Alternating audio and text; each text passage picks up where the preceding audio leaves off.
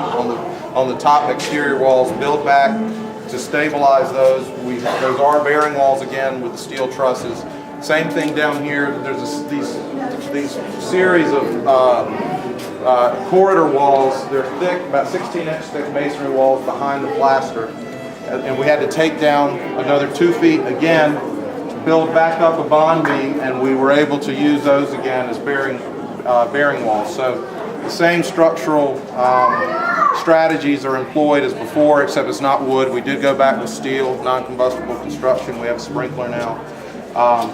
So that was sort of how the main design concept was basically go back with what we had.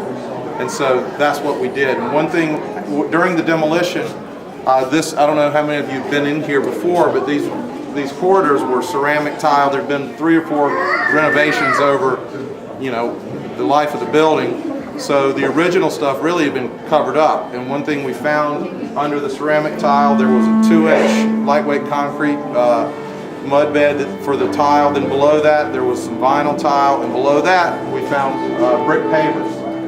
And so we found what the original flooring was, and we went back with brick pavers in these 4 quadrants. And then on the exterior, on these corridor walls, they've been covered up with sheetrock, gypsum board, and we found that the original plaster, lath and plaster, that from the original construction, and these are the old style plaster walls. So in a lot of ways, we were able to go back with with materials that were more original to the building than what was there pre-fire. So that was nice. One thing we discovered during the demolition is that these 4 doors originally did have transoms that had been covered up. So we were able to go back with transoms, which if you were in here before, it was sort of a dingy, dark place. And what that does, it allows us to steal light from each of these quadrants. It makes this a much more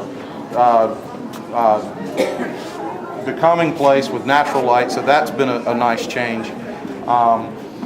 And so on this ground floor, the main thing, we work with the preservation office over in Raleigh on how we put this thing back. The main parts of the building they wanted to preserve were this crossing pattern in north, south, east, west.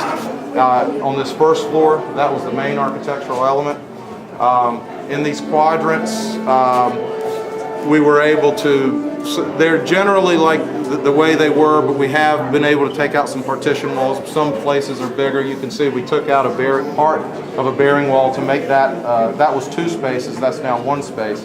So the quadrants sort of shifted a little bit, but this main axial floor plan remained intact, and that was of primary importance. So we tried to just stick with the fabric of the building and put it back as original as we could, while still incorporating all of the modern things that you want in a building as you build it back with the new construction. So, what about the seal?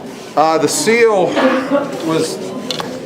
this was not original, but when you have these pavers, how they all come together in 4 different directions, it gets a little tricky.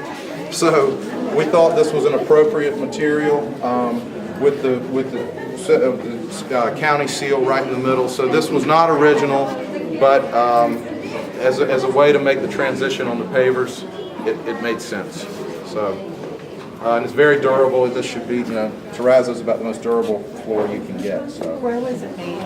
This David Allen Company in Raleigh made the actual cut the brass out on a water jet, and they brought it here, and then the terrazzo was placed in place and then ground in place. But there was a Raleigh contractor who came over, and I think they did work at the Justice Center too. They're about the best in the business. So yeah, they did a really nice job. What was the hardest part of the renovation? Well, at first it was the emotions, just realizing, feeling we were the architects doing the exterior work when it burned. So to watch it burn, it took a while just to get over that. But then once we had a structural report and realized, hey, we have a tragedy, but the walls are in good shape. We sort of said, well, we're already, you know, way down the road for if this was a new building. We have footings in, we have walls in. We just got to get a roof on it and dry it in. So we tried to just switch the tragedy to a positive. And once that started rolling, out of the hardest part from that was really just studying what was there and how to go back and keep the integrity of the building, keep the feel of it for what people love, but trying to bring in the modern technologies and things without overpowering what was there. So it was been an emotional project. It's been a very rewarding project. So that's I'm just happy that we are here today for a happy ending to what started as a real tragedy. So, now, is there somebody upstairs that rings the bells, or how does that happen? Let's just say yes. No, Yeah, the Judge Bedore ones up there. They sound good. They're electronic chimes up in the bell tower. And that was what they had, chimes like that before the fire. There originally was a bell, but there's not a real bell up there anymore. So. May I ask how much was the budget and how much actually? I think the bid was somewhere around $4.5 million, and we were pretty close to that. I mean, there's been some additions and deletions. There were things we found that we weren't counting on. Some things were easier, some things harder, but all in all, for a project of this scope, I think we're pretty close to budget. We can head upstairs if there's no more questions, or you can. It's sort of hard to get a group. You can, I'm sure, after this tour, you can wander through these offices. But if you want, we'll head up this west stair to the courtroom.